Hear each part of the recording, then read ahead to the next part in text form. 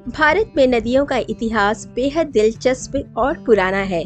सदियों से नदियां अपनी पवित्रता बनाए हुए लोगों को अपने जल से सींचती चली आ रही हैं। जब भी पवित्रता की बात होती है, नदियों के जल को ही सर्वोपरि माना जाता है।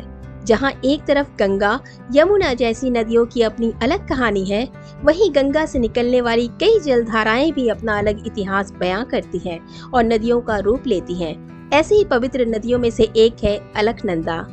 हेलो दोस्तों, आप सभी का मेरे इस चैनल पर एक बार फिर से बहुत बहुत स्वागत है। तो आज हम आपको पता चल ही गया होगा कि अलकनंदा नदी के बारे में कुछ बताएंगे। उम्मीद करती हूँ आपको मेरा ये वीडियो पसंद आएगा। तो चलिए वीडियो में आगे चलते हैं। अलकनंदा नदी भारतीय राज्य उत्तराखंड में स्थित एक हिमालयी नदी है और गंगा की दो प्रमुख धाराओं में से एक है, जो उत्तरी भारत और हिंदू धर्म की पवित्र नदी मानी जाती है। अलकनंदा को इसकी अधिक लंबाई और निर्वहन के कारण गंगा की स्रोत धारा माना जाता है। आइए जानें अलकनंदा नदी के इतिहास और उद्गम की कहानी। अलकनंदा नदी का उद्गम उत्तराखंड में सतोपंथ और भगीरथ ग्लेशियरों के संगम पर होता है और तिब्बत से 21 किलोमीटर दूर भारत के माणा में यह सरस्वती नदी की सहायक नदी से मिलती है। माणा से 3 किलोमीटर नीचे अलकनंदा बद्रीनाथ के हिंदू तीर्थ स्थल से होकर बहती है। यह आगे देवप्रयाग में भगीरथी नदी से मिल जाती है और गंगा नदी के रूप में आगे बढ़ती है। यह नदी मुख्य रूप से उत्तराखंड के गढ़वाल क्षेत्र में स्थित है और 195 किलोमीटर लंबी है।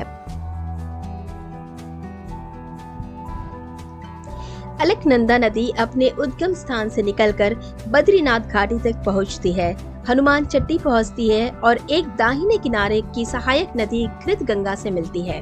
हनुमान चट्टी से यह नदी पांडुकेश्वर तक जाती है और चौड़ी घाटियों और खड़े इलाकों से होकर बहती है। विष्णु प्रयाग में अलकनंदा एक बाएं किनारे की सहायक नदी धौली गंगा से मिलती है और पश्चिम में जोशीमठ शहर तक जाती है। जोशीमठ से अलकनंदा हेलंग के पास मेन सेंट्रल थ्रस्ट को पार करती है। इसके बाद यह बिरही में एक बाएं किनारे की सहायक नदी बिरही गंगा से मिलती है। यह नदी प्रयाग शहर तक पहुंचती है और बाएं किनारे की सहायक नदी नंदाकिनी नदी के साथ मिलती है। जैसे ही अलकनंदा रुद्रप्रयाग से बहती है, यह गढ़वाल के पास एक विस्तृत घाटी में प्रवेश करती है। देवप्रयाग में अलकनंदा नदी भागीरथी नदी के साथ मिलती है और गंगा नदी के रूप में आगे बढ़ती है।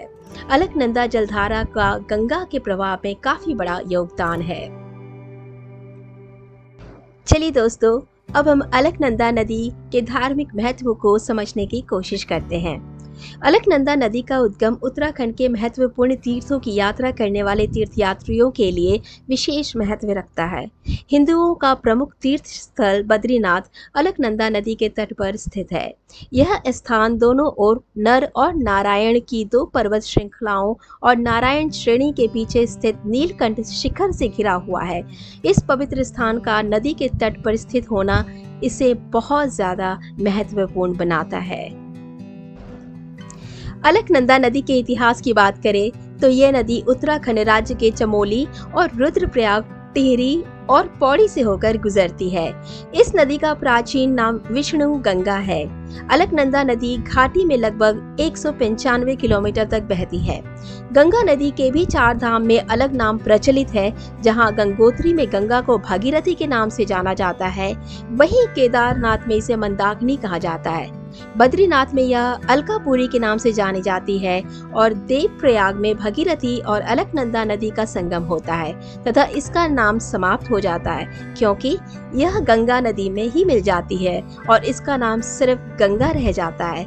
इस स्थान पर गंगा के पानी में अलकनंदा जलधारा का स्थान भगीरथी से ऊंचा माना गया है। देवप्रयाग में अलकनंदा जलधारा का रंग हल्का नीला होता है और भागीरथी नदी का रंग हल्का हरा होता है। इस स्थान पर दोनों जलधाराओं का अद्भुत संगम साफ नजर आता है और पर्यटकों को अपनी ओर आकर्षित करता है। अगर आप भी इस स्थान की पवित्र यात्रा पर जाते हैं तो आप इसके जल के दो अलग रंगों को साफ देख सकते हैं। वास्तव में अलकनंदा नदी के उद्गम से लेकर देवप्रयाग में संगम तक की यात्रा बेहद दिलचस्प है और यात्रियों के लिए यह नदी बहुत ही खूबसूरत नजारा प्रस्तुत करती है। दोस्तों, अगर आपको मेरा ये वीडियो अच्छा लगा हो तो प्लीज इसे लाइक करें, शेयर करें और सब्सक्राइब करें।